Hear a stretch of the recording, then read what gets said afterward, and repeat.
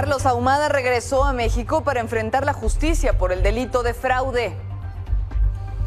Agencias de seguridad de Estados Unidos informaron de un plan iraní para acabar con la vida de Donald Trump.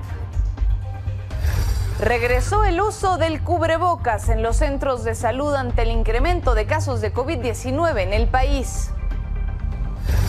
Y Jaime Lozano abandona su papel como técnico de la selección mexicana. Ya sabe, Minelli Ataide con los detalles.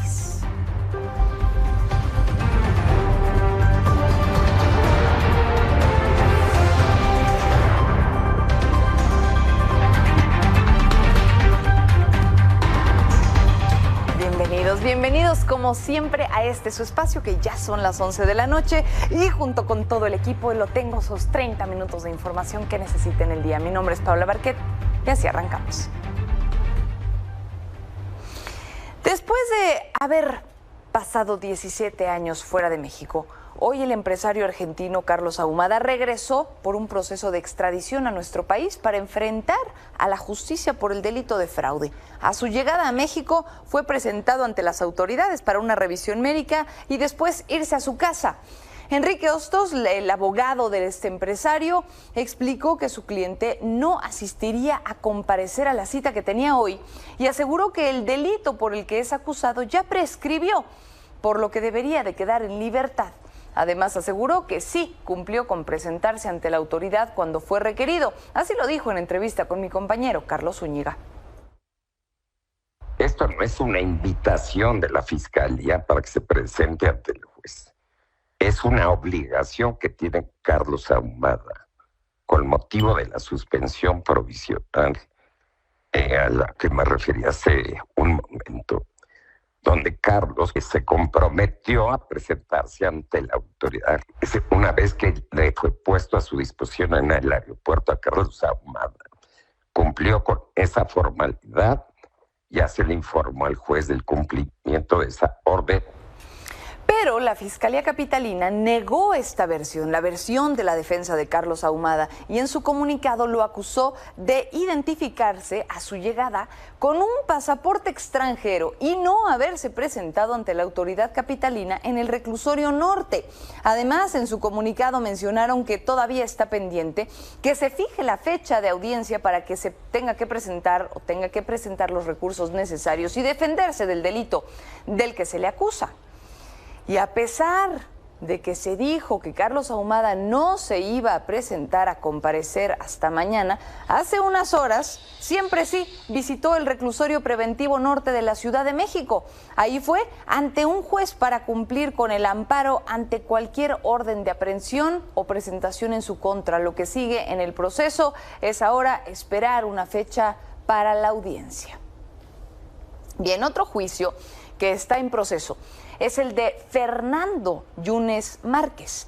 Hoy, el gobierno de Veracruz consideró al hijo de Miguel Ángel Yunes Linares, el exgobernador del estado, como prófugo de la justicia después de no haber asistido a su audiencia. Ahí sería juzgado por presuntamente en 2021 haber obligado a los trabajadores del ayuntamiento a apoyar a su hermano Miguel Ángel Yunes Márquez en su búsqueda de dirigir el municipio. La autoridad dijo que al no presentarse ni justificar su ausencia sería considerado como sustraído de la justicia y que ahora sí van a buscar obtener una orden de aprehensión en su contra. Unas horas más tarde, el mismo Fernando Yunes habló de este asunto. En su cuenta de X denunció al gobierno del estado de Veracruz de persecución política para evitar que tome protesta como diputado y acusó a las autoridades de tener al estado sumido en la violencia y en ocupar los recursos para perseguir opositores. También dijo que se va a defender de estas acusaciones y va a exhibir las acciones. En otros temas, en marzo de este año, el jefe de gobierno de la Ciudad de México, Martí Batres, criticó la decisión del Poder Judicial de haber liberado a Fabián Solís N., un presunto líder criminal detenido durante un cateo por parte de la Secretaría de Marina.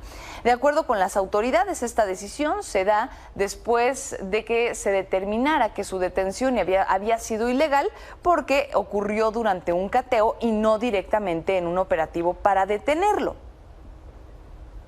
Vamos a presentar una denuncia en contra del juez Roberto Omar Paredes Gorostieta. Esto se debe a la sospechosa liberación del señor Fabián Osvaldo N., un personaje considerado en la Ciudad de México como uno de los 5 generadores de violencia más peligrosos. Juez Paredes Gorostieta lo absolvió, lo liberó y además en el juzgado le ayudaron a salir por una puerta trasera o lateral, por una puerta diferente de la puerta donde debió haber salido. Ahora, por todo eso, hoy, finalmente, Martí Batres decide presentar una iniciativa para que los jueces del Poder Judicial local antepongan los fines de un proceso por delante de las formalidades secundarias. Es decir, que los jueces no consideren al dar su sentencia aspectos que puedan impedir la impartición de justicia, además de que tendrán que ser prioridad los sectores que estén en desventajas sociales. Es decir, también un tema de justicia, pero en este caso en la ciudad. Aspectos no esenciales del procedimiento se colocan por encima de los fines de la justicia. ¿Sobre qué principios debe decidir un juez? ¿Qué debe prevalecer? Y nosotros lo que decimos aquí es que no pueden prevalecer las formalidades no esenciales del procedimiento por encima de los fines de justicia. Una vez más, como le digo, lo que sucede entre el Ejecutivo y la justicia. Y esto, aunque ocurre primero localmente, como se lo platico, a nivel federal también están sucediendo cosas. Los ministros de la Suprema Corte de Justicia siguen en contra de la reforma al Poder Judicial. Ahora fue Luis María Aguilar quien aseguró que esta reforma es una situación muy preocupante y dijo que en caso de aprobarse, también deberían de elegirse por voto popular los integrantes del gabinete del Poder Ejecutivo. Así lo propuso. Y desde luego, pues si se estaba diciendo que la mejor forma de tener funcionarios es eligiéndolos por el pueblo, pues aplicando el mismo principio debería elegirse también a los secretarios de Estado. Yo no estoy de acuerdo en ninguno de los dos casos, ni que a los secretarios de Estado ni que a los jueces se les elija por el pueblo, pero si vamos a aplicar esa regla, pues que se aplique a todos por igual.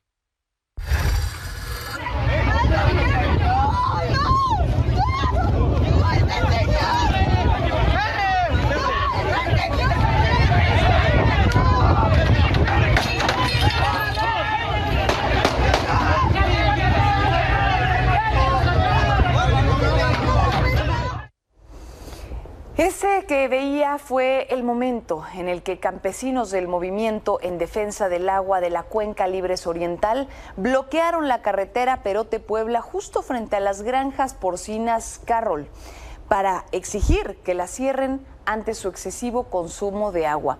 Hoy las autoridades informaron que ya 5 policías fueron detenidos que están ligados a la muerte de 2 hermanos durante el desalojo justamente de la manifestación, de esta misma manifestación, pero en una ocasión pasada.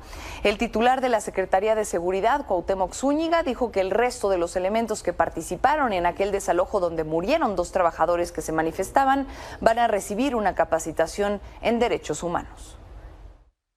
Hasta el momento tengo entendido que por parte de FGR 2 y por parte de Fiscalía 3. ¿Todos de la Fuerza Civil? Sí. Secretario, ¿entre los detenidos estaría el mando que estaba al frente de este equipo? Eso lo informará la Fiscalía. ¿Estarían a la indefensión entonces? No, también lo ha dicho el señor gobernador.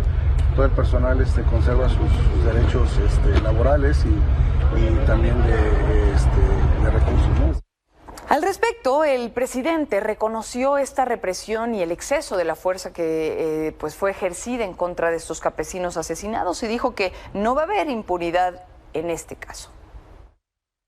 En este caso, lamentablemente, hubo represión y fallecieron 2 campesinos. Se está haciendo la investigación. Ayer se detuvo a 2 policías de la Corporación de la Policía Estatal de Veracruz y se va a continuar con esta investigación, este proceso y no va a haber impunidad.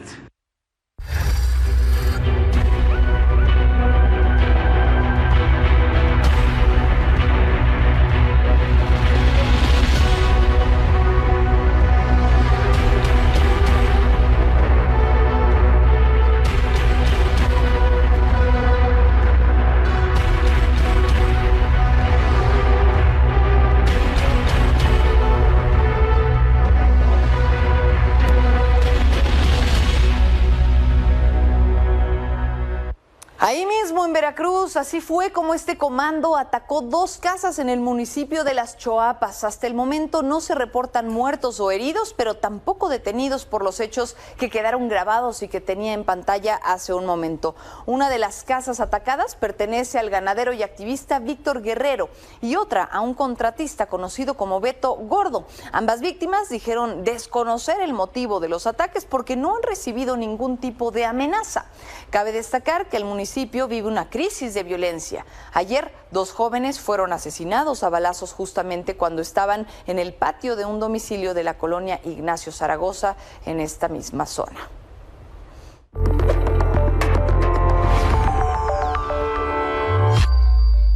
Y hablando de temas de salud, se ha registrado un alza ya del 28% en los casos de influenza y COVID por la temporada vacacional. Por esta razón, ahora los hospitales, en particular en Veracruz, impusieron nuevamente el uso obligatorio de cubrebocas. Aunque la gravedad de los casos se considera todavía baja, las autoridades dicen que los grupos de mayor riesgo son los no vacunados, adultos mayores y, por supuesto, personas con enfermedades que deben ser protegidos. Además, las autoridades hicieron un llamado a vacunarse. En otro tema de salud, en este espacio le hemos dado un fiel seguimiento a la epidemia de dengue también en el país. Michoacán ocupa ya el 4º lugar nacional con más casos de dengue, que además ya dejó 4 muertos y 1,650 enfermos, causando una alerta sanitaria en ese estado. Los municipios que sufren más por la enfermedad son Lázaro Cárdenas, Morelia y Huétamo. Por otro lado, a pesar de que las autoridades del sector salud han reportado una estabilización de casos en Oaxaca, ayer ya se reportó el fallecimiento de una menor de edad por complicaciones de dengue en el municipio de Pinotepa. De acuerdo con el director de Prevención y Promoción de la Salud de la región de esta costa del municipio, se tiene registro de 4 serotipos del dengue. El serotipo 3 es el de mayor presencia. Además de la defunción al corte de la semana epidemiológica número 27, Oaxaca acumula 122 casos confirmados de esta enfermedad. En otros temas, el Congreso de Puebla no solamente validó la despenalización del aborto, como se lo platiqué ayer, sino que también aprobó la ley de voluntad anticipada. Esta ley busca que las personas que tienen una enfermedad terminal puedan decidir si suspenden o no sus tratamientos para prolongar la vida. Esta ley no permite la eutanasia. Esto quiere decir que no considera el uso de ningún medicamento para interrumpir el ciclo natural de la vida o acelerar el proceso de ninguna forma de la muerte, pero sí permite que una persona decida dejar de recibir estos tratamientos para mantenerse con vida. Los documentos de voluntad anticipada, es importante decirle, van a tener que ser validados ante notario público. La ley de voluntad anticipada ayudará a muchos pacientes a sobrellevar de forma digna y humana la última etapa de su vida, asegurando con esta ley el derecho de toda persona a recibir los medicamentos paliativos y la atención médica necesaria. Antes de irnos a un corte, después de que ayer la SEDEMA anunció que no va a autorizar el derribo de más de 150 árboles para una nueva atracción en el parque de Six Flags, hoy la empresa anunció que siempre no lo van a hacer, que van a reubicar este juego en otra zona con la que justamente ya no van a derribar estos árboles. Con la nueva atracción, Six Flags celebra sus 25 años en México y el proceso de construcción y pruebas será de 10 meses. Con esto nos vamos a un corte y al regresar le cuento qué país ya no le va a pedir visa a los mexicanos. Con esto volvemos. Después del atentado en contra de Donald Trump, el nerviosismo de las autoridades aumentó. En medio del segundo día de la convención republicana se desató otra balacera. En esta ocasión fue por parte de los elementos de la policía de Columbus al abatir a este hombre armado con un cuchillo que estaba cerca del evento. Todo esto se da en el contexto, por supuesto, de lo sucedido el sábado en contra de Donald Trump en Pensilvania. Sobre el atentado, el presidente Andrés Manuel López Obrador le hizo un llamado a los dos candidatos de Estados Unidos a la presidencia, por supuesto, a firmar un pacto para regular la venta de armas en ese país. Yo creo que sería un acto bien visto por los estadounidenses el que firmaran los dos candidatos un compromiso de regular la venta de armas en Estados Unidos. Sería un acto de buena fe en busca de la unidad y de la paz. Ahora, mientras tanto, el equipo de seguridad de Donald Trump reforzó su protección después de que se dio a conocer que el Servicio Secreto de Estados Unidos tenía ahora información sobre un complot de Irán para asesinar al candidato presidencial republicano. De acuerdo con el medio CNN, no existe relación entre esta información y el atentado perpetrado por Thomas Matthew Crooks, la persona que le disparó el fin de semana en Pensilvania, pero sí resulta, por supuesto, de muchísima relevancia en este mismo contexto. Y mientras tanto, Joe Biden continuó con su recorrido de campaña en Nevada. Ahí elogió a la actual vicepresidenta Kamala Harris y dijo que ella podría llegar a ser una excelente presidenta del país. Folks, it's because of you that I'm president and Kamala Harris is vice president. And by the way, she's not only a great vice president, she could be president of the United States.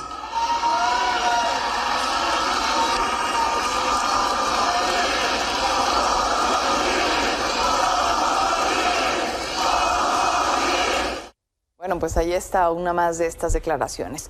En otro tema, en un esfuerzo por recuperar la inversión de los turistas, Tailandia aumentó la lista de países exentos de visa, entre ellos México. A partir de hoy, las autoridades de Tailandia ya no le van a pedir a ningún turista mexicano un documento para entrar y permanecer un máximo de 60 días en aquel país. El Ministerio de Turismo está esperando que con esta acción la entrada de turistas aumente de 28 a 35 millones.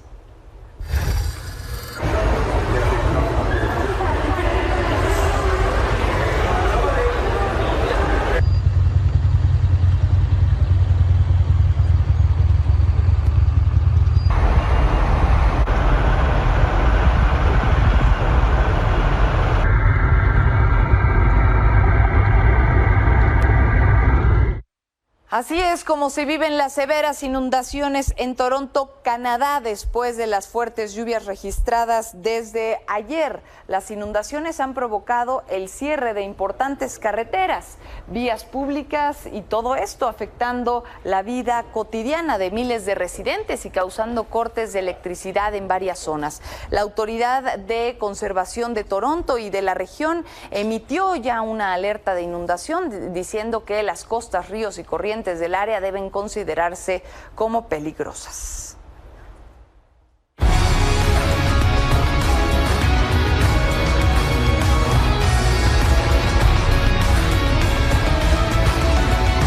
Nelly Ataide ya está con nosotros en el estudio para contarnos qué está pasando, que son 3 temas importantísimos, entre ellos se va Jaime Lozano. Nelly. Sí, así es, Pau. Mira, hoy ya presentaron a Kylian Mbappé con el Real Madrid. Bien lo dices, de manera oficial ya Jaime Lozano está fuera de selección mexicana. Y bueno, el tema de Carlos Salcedo, el asesinato de su hermana, hay información importante.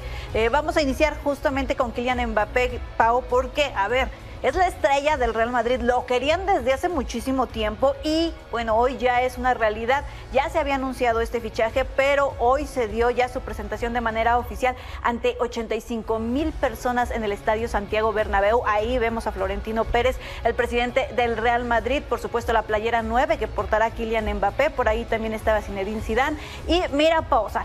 La locura, obviamente, entre los fanáticos del Real Madrid por este futbolista que lo ha dicho muchísimas cosas, ¿no? Que él es del Real Madrid, que él quería vestir esta playera. ¿Y por qué? Bueno, sabemos que estaba en el PSG, un equipo también ganador, Pau, que sí ha ganado cosas importantes y que Kylian estuvo ahí, pero también quiere ganar la Champions League y sabe que con el Real Madrid está más cerca de hacerlo.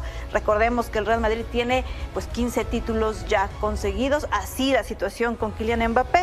así, una estrella, te decía, toda una estrella. Veremos qué tanto le resulta al Real Madrid. No tuvo una buena Eurocopa, pero la verdad es que se esperan muchas cosas de él, es una estrella mundial. Pasamos a otro tema, Pau, porque ya lo decías, Jaime Lozano se fue de selección mexicana. ¿Qué tal? Que se iba a quedar otro rato y a la mera hora que siempre. ¿Sabes qué? Cuando regresó esta selección mexicana justo de la eliminación de la Copa América, dijeron eso, ¿no? Los directivos decían, se va a quedar, tenemos un proyecto importante, un proyecto fuerte, igual le metemos un asesor en su cuerpo técnico. Al final no se queda, la verdad es que había poco que analizar, Pau, hay que decir, Jaime Lozano, la verdad es que los resultados no se le dieron, me parece que todavía tenía camino por recorrer antes de dirigir a la selección mexicana, pero bueno, ahí está, se habla de Javier Aguirre, seguramente en las próximas semanas vamos a conocer, en los próximos días vamos a conocer ya el técnico de la selección. Te digo, está muy cerca Javier Aguirre, aunque él había dicho que no quería regresar de nueva cuenta al Tri,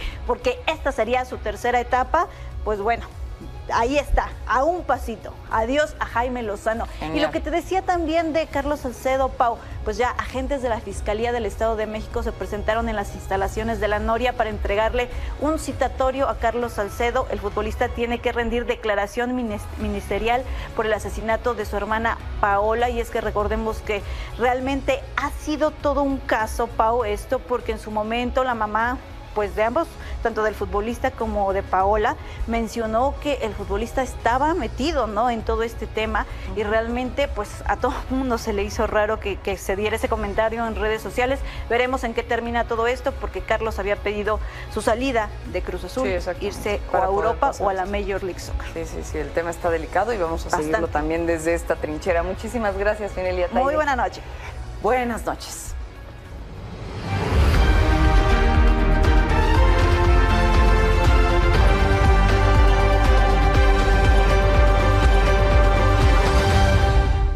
Carlos Gutiérrez, editor de política de Milenio, nos traes un adelanto de lo que mañana vamos a poder leer en la versión impresa de Milenio. Siempre tu espacio, Carlos, bienvenido.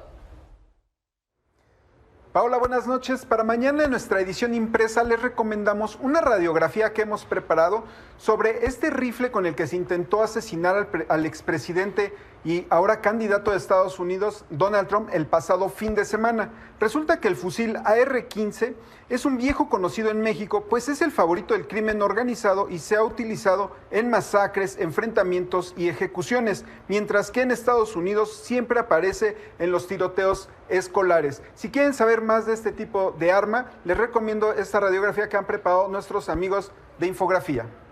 También les recomiendo este texto sobre cómo poco a poco el sistema Cutzamala ha ido recuperando sus niveles de agua. Sin embargo, esto no ha sido suficiente y en el caso de Valle de Bravo, esto ya le ha ido afectando el turismo local. De acuerdo con un informe de la Conagua, las 3 presas que conforman el sistema Cutzamala vieron apenas un aumento de 1.3%. Son cifras muy alentadoras, aunque mínimas. Les recomiendo este texto en nuestra edición impresa de Milenio Diario.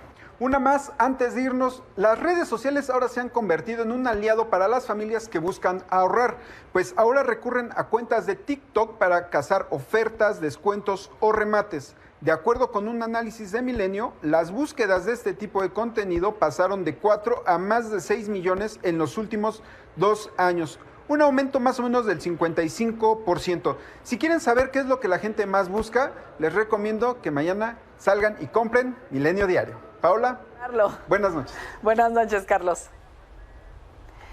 Para irnos bien y de buenas, las lenguas indígenas de México son de suma relevancia para la identidad, cultura y tradiciones del país. Ahora Google Traductor agregó los dialectos náhuatl, maya y zapoteco en su servicio. Y es que además Gabriela Salas destacó como la primera mujer indígena en el ámbito de las tecnologías para desarrollar el proyecto. Es muy importante mencionar que según el Instituto Nacional de Lenguas Indígenas, en México hay 68 lenguas oficiales. Con esto nos despedimos y nos vemos por acá mañana. Mientras tanto, descanse.